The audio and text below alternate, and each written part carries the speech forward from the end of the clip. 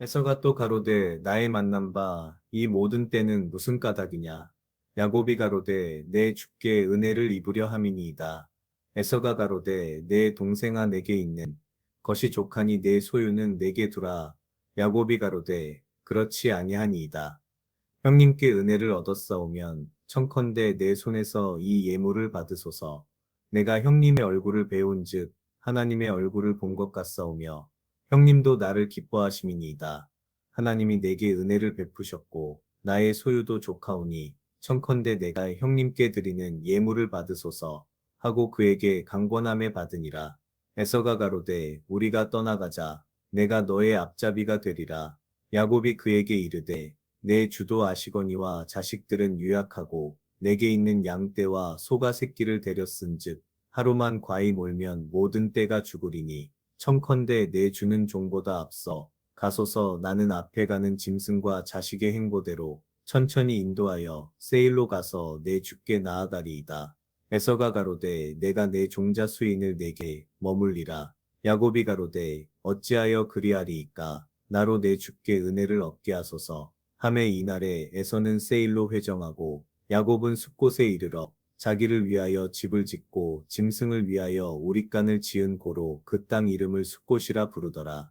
야곱이 밧단 아람에서부터 평안히 가나안 땅 세겜성에 이르러 성 앞에 그 장막을 치고 그 장막 친 밭을 세겜의 아비아몰의 아들들의 손에서 은 100개로 사고 거기 단을 쌓고 그 이름을 에렐로 헤이스라엘이라 하였더라.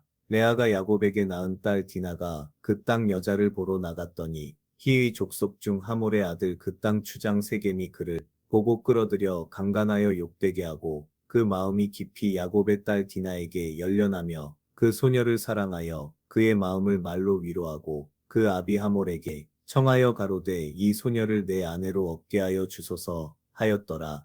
야곱이 그 딸 디나를 그가 더럽혔다 함을 들었으나 자기 아들들이 들에서 목축함으로 그들의 돌아오기까지 잠잠하였고 세겜의 아비아몰은 야곱에게 말하러 왔으며 야곱의 아들들은 들에서 이를 듣고 돌아와서 사람이 근심하고 심히 노하였으니 이는 세겜이 야곱의 딸을 강간하여 이스라엘에게 부끄러운 일 곧 행치 못할 일을 행하였음이더라. 하몰이 그들에게 이르되 내 아들 세겜이 마음으로 너희 딸을 열련하여 하니 원컨대 그를 세겜에게 주어 아내를 삼게 하라. 너희가 우리와 통혼하여 너희 딸을 우리에게 주며 우리 딸을 너희가 취하고 너희가 우리와 함께 거하되 땅이 너희 앞에 있으니 여기 머물러 매매하며 여기서 기업을 얻으라 하고 세겜도 디나의 아비와 남영들에게 이르되 나로 너희에게 은혜를 입게 하라. 너희가 내게 청구하는 것은 내가 수응하리니 이 소녀만 내게 주어 아내가 되게 하라. 아무리 큰 빅물과 예물을 청구할지라도 너희가 내게 말한 대로 수응하리라.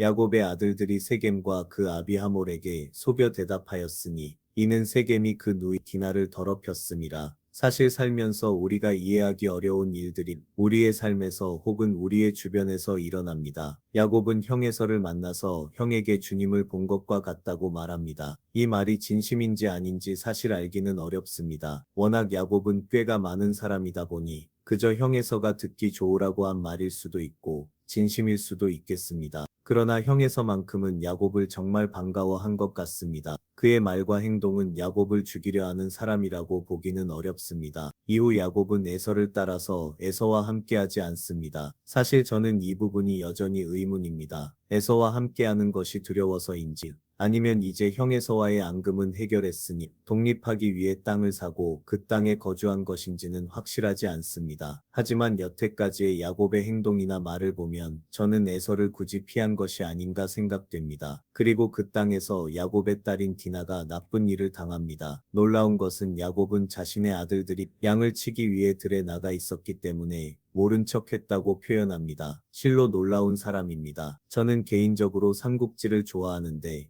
야곱을 볼 때마다 조조와 참 비슷한 사람이라는 생각을 떨치기 어렵네요. 자신의 딸이 큰 일을 당했음에도 불구하고 얼굴색 하나 변하지 않고 아들들이 돌아와서 복수할 마음의 준비를 하는 사람이 바로 야곱인 것입니다. 참으로 무서운 사람이기도 합니다. 여기서 우리는 한 가지 질문을 하지 않을 수 없습니다. 도대체 왜 이런 일이 일어났을까? 누군가는 애초에 야곱이 형에서를 등지고 홀로 이 땅에 들어왔기 때문이라고 말할 수도 있을 것입니다. 사실 형에서를 따라서 형에서와 함께 있었다면 이런 일을 일어나지 않았을 수도 있습니다. 하지만 그건 어디까지나 만약에라는 가정일 뿐이지요. 다른 한편으로는 왜 하필 디나가 그 땅의 여자들을 보러 갔을까라는 생각을 할 수도 있습니다. 하지만 이건 역시 굳이 디나가 혼자 성을 돌아다녔기 때문이라고 말하기는 어렵습니다. 중요한 것은 이렇듯 우리는 이유를 알 수 없는 일이 삶에서 일어난다는 사실입니다. 저도 왜 하나님께서 이런 일이 일어나게 두셨는지 모르겠습니다. 사실 모르는 것이 하나 둘이 아니지만 성경에는 도통 알 수 없는 일들이 많이, 그 중에서도 이 사건은 특히나 그렇습니다. 왜 믿는 사람들에게 이런 일이 일어나는가? 우리는 항상 누군가에게 책임을 떠넘기고 싶고 누군가가 책임을 져야 한다고 생각합니다. 혹은 뭔가 잘못한 것이 있으니 나쁜 일이 일어난다고 생각합니다. 글쎄요, 저는 잘 모르겠습니다. 하나님께서는 항상 우리에게 그럼에도 불구하고 날 믿고 따라오라고 말씀하시는 것 같습니다. 저도 저에게 나쁜 일이 일어나면 나 때문인가라는 생각을 항상 합니다. 하지만 하나님께서는 그것보다 우리가 당신을 더 의지하기를 원하시는 것 같습니다. 더불어 이해할 수 없는 것은 우선 그대로 두고 그럼에도 불구하고 주님을 따라오라고 말씀하시는 것 같습니다. 오늘 하루도 어쩌면 누군가에게는 힘든 하루가 될 수도 있겠지만 우리는 그럼에도 불구하고 하나님을 믿고 의지하며 우선은 그 자리에 그 문제를 두고 주님을 바라보는 그런 믿음의 사람이 되길 기도합니다. 다 함께 기도하시겠습니다. 하나님 아버지, 우리는 아무것도 모릅니다. 왜 우리에게 이런 일들이 일어나는지, 혹은 주님께서 왜 그대로 두시는지 정확히 알지 못하지만 그럼에도 불구하고 오늘 하루 주님만을 바라보며 살기 원합니다. 지금은 알 수 없지만 주님께서 결국 우리에게 보이실 것이라고 믿습니다. 감사합니다. 이 모든 말씀 예수님 이름으로 기도드렸습니다. 아멘.